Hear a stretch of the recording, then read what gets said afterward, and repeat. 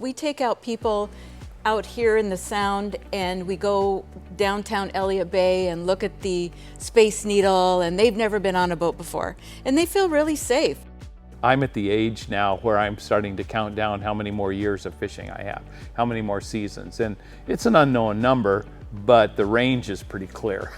What experiences do I want to have with my son and my grandson or my granddaughters, with my wife, with friends? What experiences do I want to have? Grady is the platform that life experiences are produced on.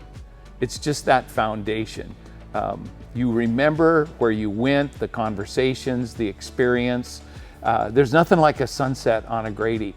I remember watching humpbacks that would stand on their head and take their tails and slap the water, and you hear boom, boom, boom, boom, boom, you know, those kinds of memories. There'll be a day when that's what I have, is my memories. So I'm trying to pack in as many as I can.